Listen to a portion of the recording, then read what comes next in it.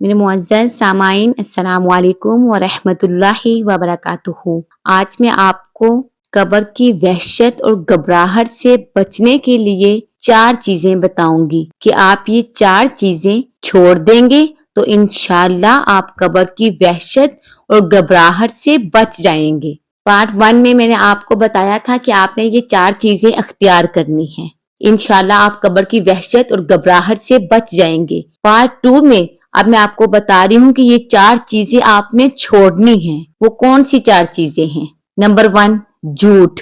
हमने झूठ बोलना छोड़ना है। सच्चे नबी करीम के उम्मती होकर हम झूठ बोलते हैं। खुदारा कुछ तो ख्याल करें। अल्लाह ने कुरान में फरमाया है कि लानतुल्लाहि अलल काज़िबीन, झूठों पर अल्लाह की लानत है, और जिस पर अल्लाह की लानत हो जाए उसके लिए बाकी क्या रह जाएगा। हदीस में है कि जो एक मर्तबा झूठ बोलता है उसके मुंह से इतनी बदबू निकलती है कि उससे रहमत का फरिश्ता 1 मील दूर चला जाता है। अगर रहमत के फरिश्ते ही दूर चले जाएं, फिर हमारे घर में कैसे रहमतें आएंगी, कैसे हम मुसीबतों और आफतों से बच सकते हैं। हमारे घर में बीमारियां ही आएंगी। बहुत ज्यादा लोग परेशान हैं कि घर में मुसीबतें हैं, आफतें हैं, बीमारियां हैं। हमें अपने अमाल का मुहासबा करना है कि हम कौन सी गलती कर रहे हैं जिसकी वजह से ऐसा हो रहा है। खुदारा अपने इमाल का मुहासबा कीजिए, झूठ बोलना छोड़ दें। इंशाअल्लाह अल्लाह पाक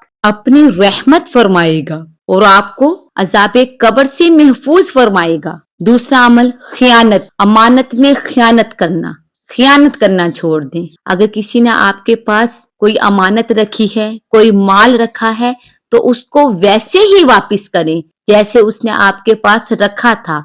उसमें खयानत ना करें। बाज लोगों के पास कोई चीज रख दें तो उनके दिल में ख्याल आता है कि थोड़ी सी चीज हम रख लें, माल में खयानत कर लें, उनकी नीयत खराब हो जाती है। तो ऐसा करने से हम कब्र की वहशत और घबराहट से नहीं बच सकते। अगर इससे बचना है तो अमानत में खयानत ना करें। तीसरा अमल चुगली करना छोड़ दें। इधर की बात उधर पहुंचाना, उधर की बात इधर पहुंचाना, मुसलमानों के दरमियान आपस में लड़ाई करवाना, मियाँ बीवी के दरमियान लड़ाई करवाना, ये अमल कब्र में अंधेरा लाने वाला अमल है। बाज लोग सवाल करते हैं कि बाजी जान कोई ऐसा अमल बताएं कि हम करें और हमारी कब्र में रोशनी हो। अगर आप चुगली करना छोड़ देंगे तो इंशाअल्लाह आपकी कब्र में रोशनी होगी, क्योंकि जो बंदा चुगली करता है उसकी कब्र में अंधेरा होता है। ये रवाज आम हो गया है। औरतों में ये आदत ज्यादा पाई जाती है चुगली करने की।